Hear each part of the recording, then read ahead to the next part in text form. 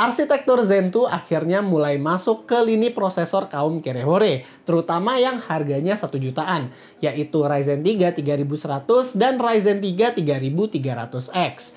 Dan kayaknya terakhir kali nge-review Ryzen 3 tanpa IGP itu yang 1200 sama 1300X deh. Ya, pas gue masih kayak gitu.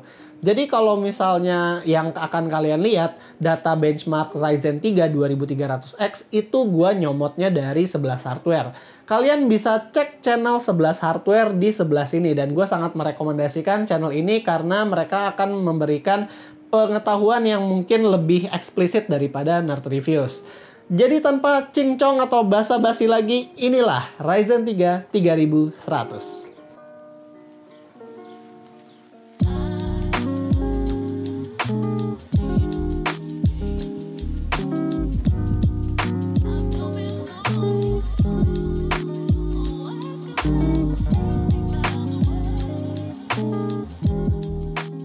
Ryzen 3 3100 yang datang ke rumah gue kali ini adalah sampel review tanpa box.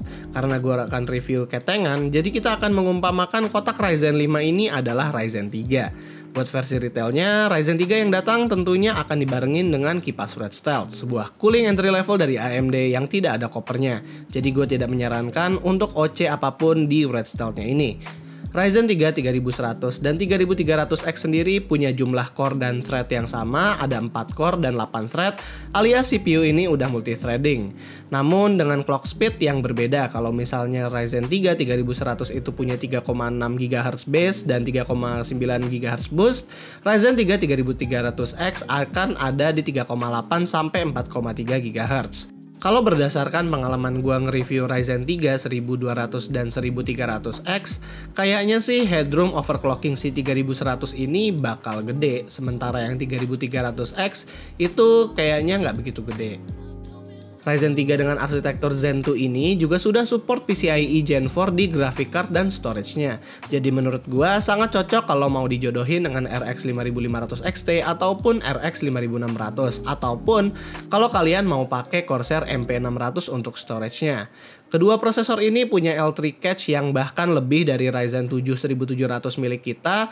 Melihat dari spesifikasi dan data benchmark dari AMD, ini adalah bukti kalau dalam waktu 2-3 tahun, Ryzen punya peningkatan yang jauh sekali dalam kategori performance IPC dan juga kapasitas cache.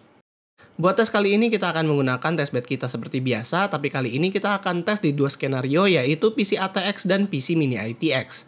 Untuk PC ATX kita akan menggunakan motherboard ROG X570 Strix, cooling Corsair H100 EV2, Corsair Vengeance RGB Pro 32GB yang akan di-clock di 3400 MHz, dan RTX 2070 Super Vulkan XOC punya iGame.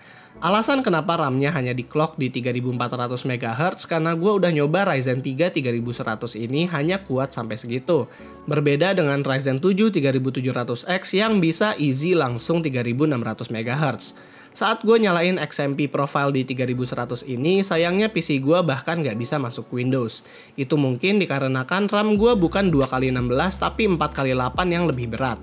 Dan satu lagi yang gue sayangkan adalah gue nggak bisa menampilkan suhu prosesor ini menggunakan cooling defaultnya karena gue lagi nggak megang Red Stealth sama sekali.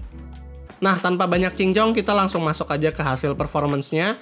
Buat Cinebench score-nya, kita mendapatkan skor yang cukup fantastis. Secara default, out of the box, Ryzen 3 3100 bisa melewati skor multi-core 2300X dan Core i7 7700.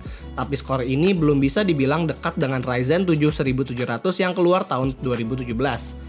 Selain itu, skor V6 dari 3D Mark Firestrike juga pada berdekatan dengan Core i7 7700, namun masih agak jauh dari Ryzen 7 1700.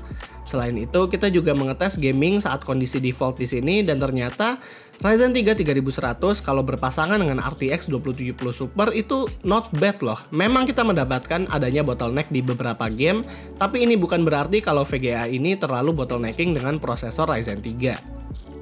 Untuk real life productivity test, kita juga mencoba Adobe Premiere Pro dengan ngerender video 1 menit yang biasa kita tes dan ternyata memang render time-nya sama banget sama Core i7 7700. 3D design juga kita tes di sini untuk ngerender BMW E27 yang berfokus pada CPU render time-nya dan ternyata cuma membutuhkan waktu 6 menit. Ini membuktikan kalau memang performanya sudah melewati Core i3 9100F dan mulai mendekati 9400F. Karena yang kita pegang itu Ryzen 3 3100, kita juga nyoba buat overclock prosesornya. Pertama gue bercanda aja sih, OC-nya itu sampai 4,55 GHz. Nggak taunya bisa dong 4,55 di 1,35 volt. Gue kaget banget ini bisa jalan stabil bahkan sampai kita main game. Kalau diumpamakan Ryzen 3 3100 ini kayak botol Sprite di mana performance defaultnya itu sebenarnya ada di sini. Tapi kalau ditweak lagi ya headroomnya bisa sampai sini. Buktinya perbedaan skornya itu lumayan signifikan. Di Cinebench, skornya itu bisa bertambah sekitar 200-an. Begitupun dengan single core-nya juga mendapat peningkatan yang lumayan. Begitu pula dengan skor Physics 3D Mark Firestrike-nya juga mendapat peningkatan yang lumayan. Kalau dibandingkan dengan kakaknya si 3300X, ternyata skornya juga bisa mirip-mirip. Peningkatan performa ini juga terlihat di game yang CPU bound di mana bottlenecking juga terasa lebih sedikit. Yang gue salut adalah 3100 ini bisa handle RTX 2070 Super dengan cukup efektif untuk menghasilkan frame rate tinggi di beberapa game walaupun mengingat ini adalah CPU entry level dengan GPU high end. Suhu prosesornya saat di overclock ini juga sebenarnya bisa dibilang cukup panas karena udah ngelewatin 70 derajat Celcius dan kita juga nggak begitu rekomen untuk jalan daily di 4,55 karena terkadang masih bisa BSOD dan suhunya juga cukup berbahaya.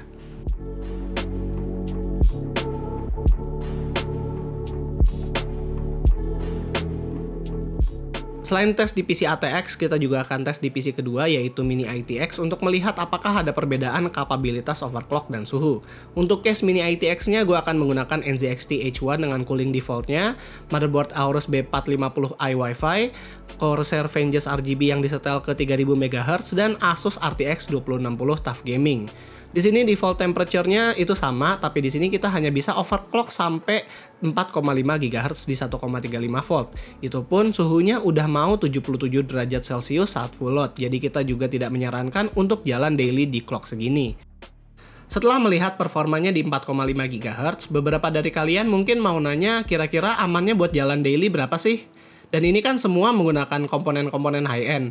Real life-nya kan jarang banget tuh orang beli Ryzen 3 3100 dan pakai komponen lainnya itu high-end.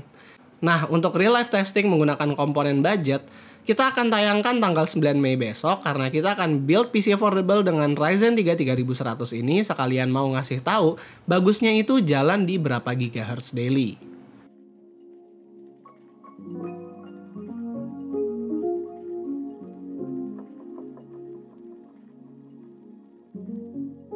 Kesimpulannya, Ryzen 3 3100 adalah prosesor entry level yang performanya bukan di entry level lagi. Dengan multithreading performance di 4 core, gua rasa memang prosesor ini sengaja dibuat agar orang-orang kere-hore masih bisa menikmati game-game AAA dengan prosesor budget. Kalian gak usah takut CPU ini bottleneck dengan GPU kelas atas, karena teman kita udah tes kalau CPU ini tidak bottleneck dengan RX 5600 XT sampai 5700 polos. Yang berarti RTX 2060 sampai 2060 Super juga harusnya masih aman.